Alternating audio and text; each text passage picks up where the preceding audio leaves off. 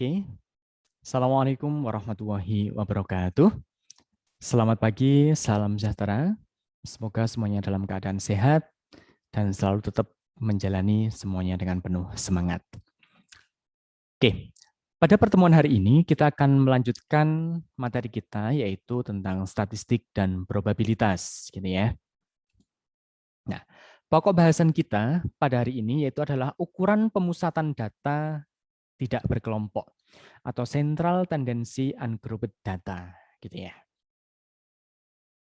Nah, tujuan pembelajaran pada pagi hari ini, harapannya yang pertama, mahasiswa mampu menjelaskan tentang suatu data yang memiliki kecenderungan untuk berkumpul di sekitar suatu nilai pusat.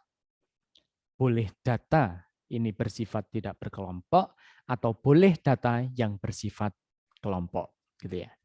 Dan yang kedua, mahasiswa mampu menjelaskan antara suatu ukuran yang menunjukkan karakteristik dari populasi yang disebut dengan parameter dan suatu ukuran yang menunjukkan karakteristik suatu sampel yang disebut dengan statistik. Saya review sedikit. Kalau statistik itu adalah suatu data, sedangkan statistika itu adalah ilmunya. Nah, ukuran pemusatan data itu ada apa saja?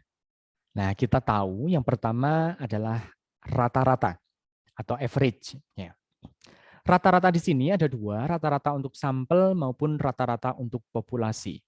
Nah, rata-rata untuk sampel itu disimbolkan dengan X bar, ini bacanya adalah X bar, sama dengan sigma dari I sama dengan 1 hingga ke N XI.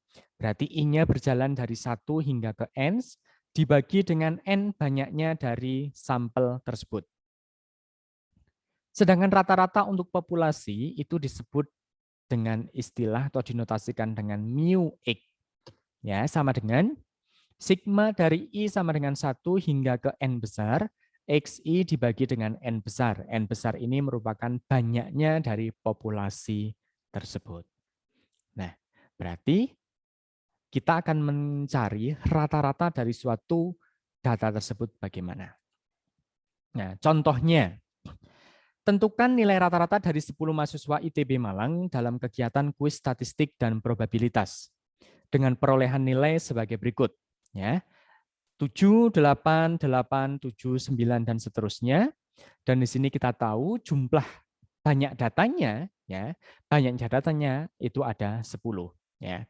Berarti data pertama, data kedua, ketiga, keempat, kelima, dan seterusnya, dan 8 ini merupakan data yang ke-10.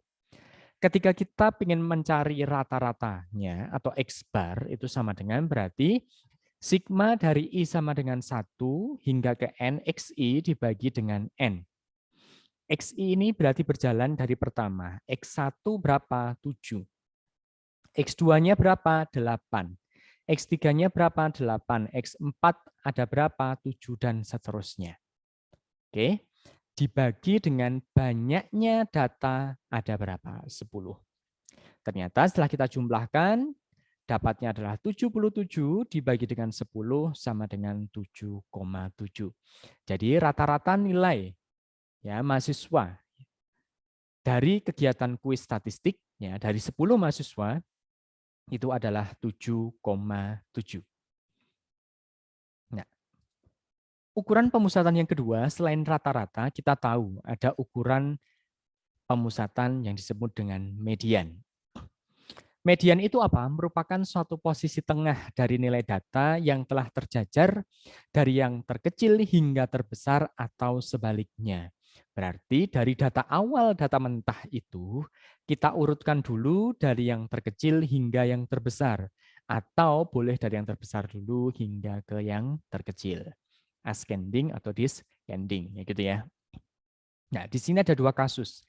Jika banyak data itu genap ya, maka mediannya atau ME-nya berarti data ke setengah dikalikan dengan N ditambah data ke setengah dikalikan N plus 2 keseluruhannya dibagi dengan 2. Sedangkan jika banyak datanya ganjil, mediannya adalah data ke setengah dikalikan N plus 1. Nah, ini paling mudah ya. Paling mudah kalau datanya ganjil. Nah, Tentukan nilai median dari 10 mahasiswa ITB. Ini contoh soalnya masih sama dari kasus rata-rata ya. Langkah yang pertama kita harus mengurutkan dulu ya. Kalau kita mencari rata-rata, kita tidak mengurutkan tidak masalah. Kalau kita urutkan juga tidak apa-apa. Tapi kalau kita untuk mencari median, maka kita tentukan dulu dari yang terkecil ke yang terbesar atau dari yang terbesar ke yang terkecil. Kita urutkan dari yang terkecil ternyata 6, 7, 7, 7, 8, 8, dan seterusnya. Gitu ya. Mediannya karena jumlah data ini ada 10 berarti genap gitu ya.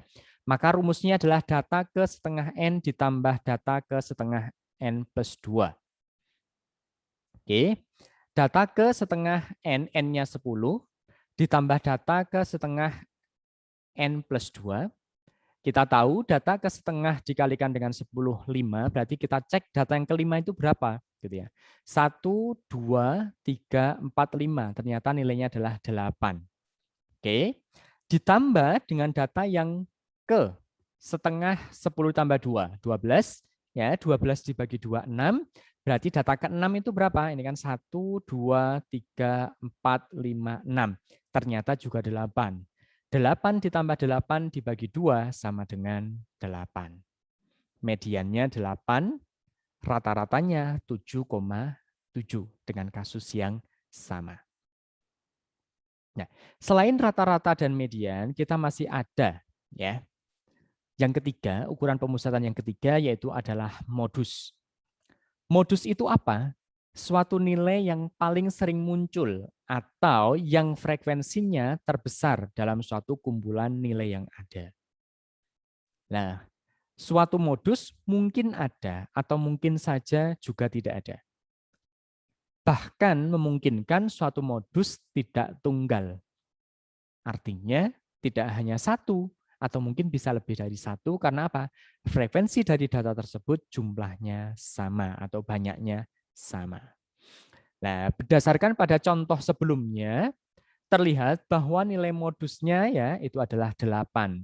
Berarti nilai 8 itu merupakan nilai yang sering muncul dari kegiatan kuis mahasiswa Institut Teknologi dan Bisnis Asia Malang di mata kuliah statistik dan probabilitas dari 10 mahasiswa yang ada. Oke, modus itu adalah nilai yang sering muncul. Kemudian yang keempat, ukuran pemusatan yang keempat itu ada kuartil. Kuartil itu prinsipnya merupakan nilai yang membagi ya menjadi bagian yang sama dalam suatu jajaran data. Dan kuartil ini membagi menjadi 4 bagian yang sama.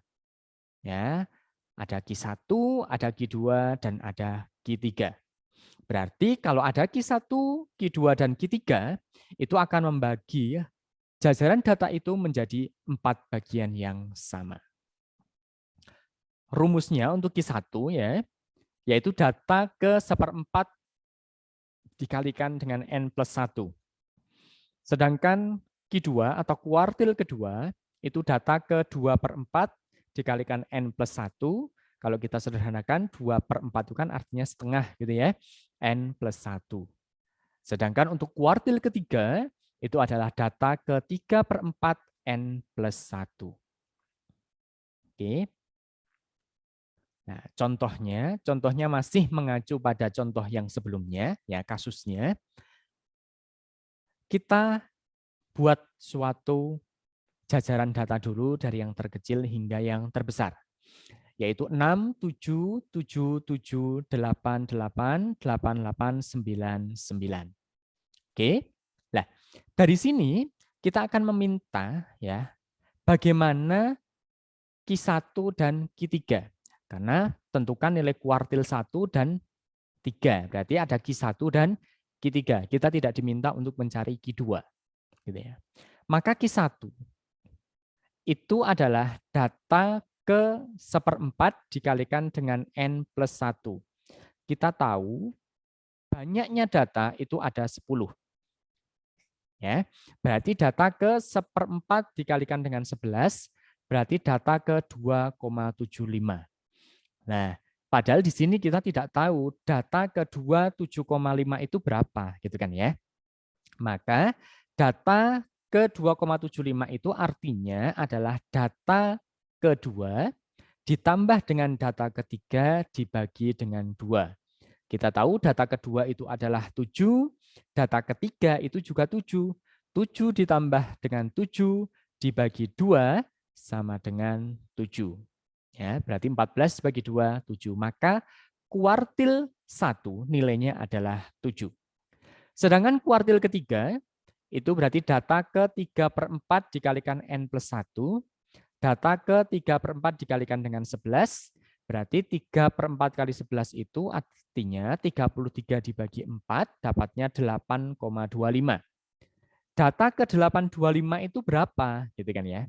Maka kita bisa pakai data yang ke-8 ditambah dengan data ke-9 dibagi dengan 2. Oke, 8 ditambah 9 dibagi 2 dapatnya 8,5. Itu adalah kuartil. Q2-nya berapa? Bisa mencoba sendiri. Nah, selain kuartil, kita juga punya ukuran pemusatan yang lain namanya desil. Ya. Desil ini membagi menjadi 10 bagian yang sama. Berarti kalau menjadi 10 bagian yang sama, berarti ada D1, D2, D3, sampai ke D9. Artinya D1, D2, D3, sampai D9 itu akan membagi data tersebut menjadi 10 bagian yang sama. Rumusnya, kalau D1 berarti data ke 1/10 dikalikan N plus 1. Kalau 2, data kedua dibagi 10 dikalikan N plus 1, dan seterusnya. Kalau ditanya desil ke-7, misalkan kayak gitu ya, berarti data ke-7 dibagi 10 dikalikan N plus 1, di mana N ini merupakan banyaknya suatu data. Oke. Nah, selain desil, kita juga tahu ada istilah namanya persentil. Kalau kita tahu persen itu biasanya 100 gitu ya. Nah, persentil di sini berarti membagi menjadi 100 bagian yang sama. Kita notasikan ada P1, P2, P3, dan seterusnya hingga P99. Rumusnya hampir mirip dengan desil maupun dengan kuartil. Ya. Rumus dari P1 berarti artinya apa? Berarti persentil pertama itu merupakan data ke 1 dibagi 100 dikalikan N plus 1. Kalau ditanya, tentukan persentil dari ke-66 ya, atau P66. Maka data ke-66 dibagi 100 dikalikan dengan N plus 1. Nah, kita tahu ada ukuran pemusatan data, ya, ada rata-rata atau average yang pertama, kemudian yang kedua ada median, dan yang ketiga ada modus, yang keempat ada kuartil, yang kelima ada desil, yang keenam ada persentil. Nah, berikut ya, tadi merupakan beberapa jenis dari ukuran pemusatan data. Di sini tadi kasusnya masih data yang tidak berkelompok. Oke, terima kasih. Semoga bermanfaat. Sampai jumpa di pertemuan selanjutnya. Wassalamualaikum warahmatullahi wabarakatuh.